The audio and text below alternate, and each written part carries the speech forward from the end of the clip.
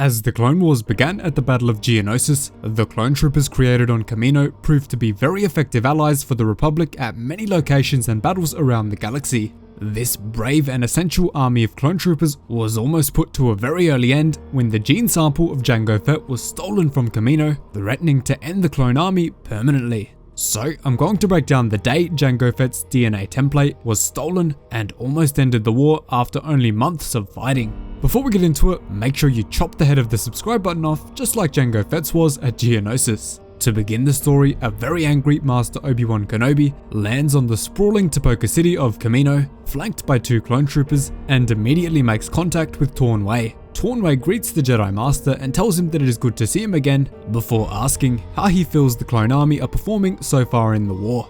Obi-Wan is careful not to talk too highly of them, telling Taun We that they play their part well, but doesn't go any further about their heroic actions on the battlefield. Obi-Wan then furiously informs Taun We that the only reason he is here is because the original host of the clone troopers, Jango Fett, is now dead. Obi-Wan holds the very angry look on his face, while telling Taun We that Jango was decapitated by Mace Windu on Geonosis, and that the Jedi Council have now learned that the Separatists are attempting to do something which would end the war in an instant.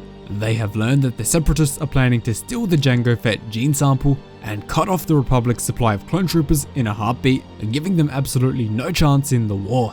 As Obi-Wan is explaining this, an incoming transmission from Coruscant erupts out of his comms device, and funnily enough, the man who killed Jango Fett, Mace Windu, happens to be the one calling.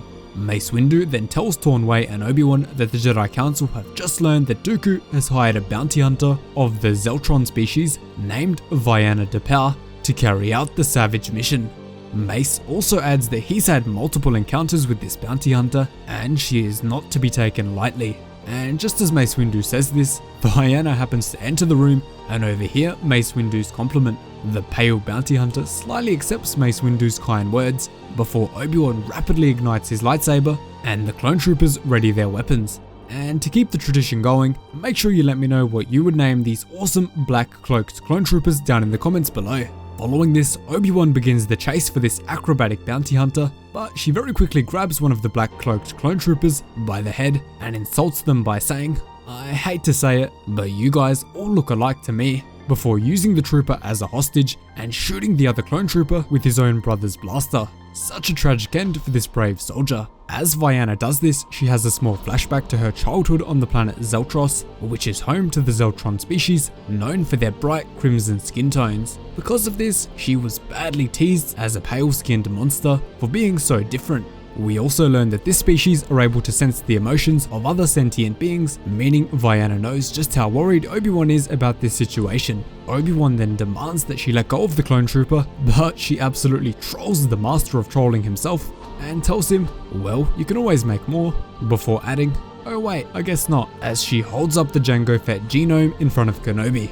Obi-Wan then angrily tells her that there is no way on the moons of Yago that she is letting her leave with Jango's DNA, launching her into another flashback where she is bullied by her fellow Zeltrons, even having a bottle thrown at her.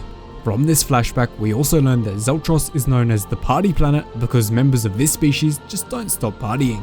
As Viana rushes out of the entrance of Tipoca City, she continues taunting Obi-Wan, asking him how he is going to take the sample back when he has no backup. While Obi-Wan continues the pursuit, a massive Iowa races across the sky before Viana is sent into another flashback. This time, however, she fights back against her attackers and is able to escape.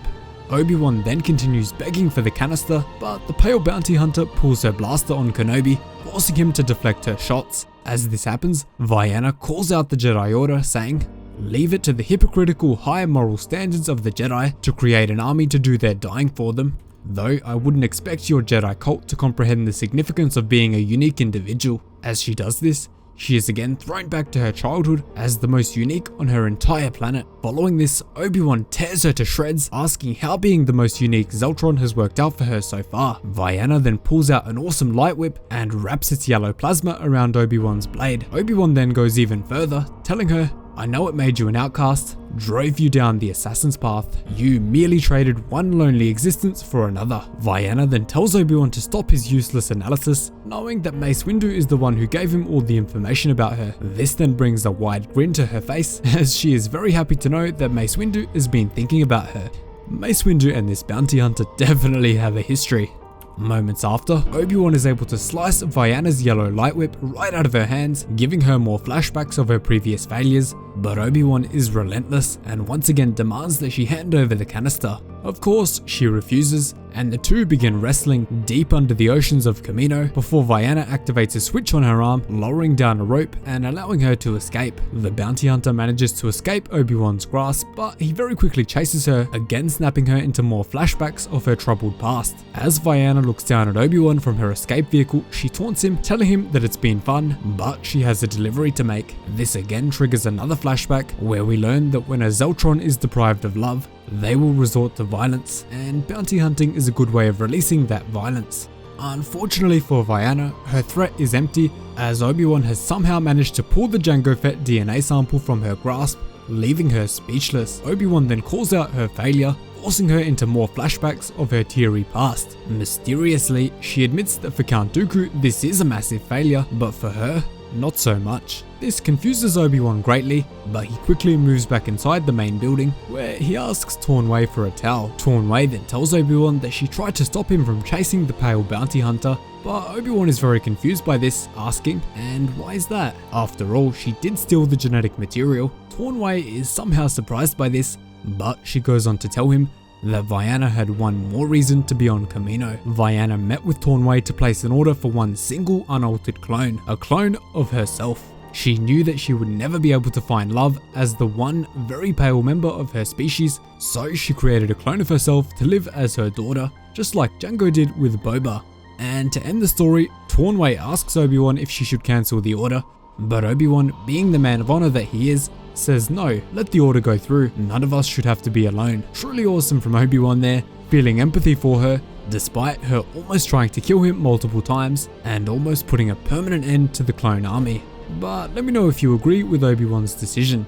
Because the unaltered clone is going to be just as pale as her mother, she will likely grow up to be a ruthless bounty hunter just like her. She really is just like Jango Fett in so many ways. I can't wait to see how her daughter ends up turning out. Maybe she'll have a very similar story to Boba. They'd definitely be a great match. If you want to see more of this bounty hunter, just make sure you let me know down below, as I'd love to cover her story, and it goes really well with what we see in this one. Who knows, maybe Jon Favreau and Dave Filoni will bring her cloned daughter into The Mandalorian Season 3, since she'd definitely be a perfect fit for that show, and it would be a pretty similar story to Boba Fett.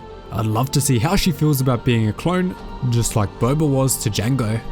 There will definitely be some conflict there. So that was the time the DNA genome of Jango Fett was stolen and almost resulted in the end of the Clone Wars and the halting of production for the clone troopers on Kamino. Thanks so much for watching, really hope you enjoyed the video. Cheers guys, hope to see you in the next one.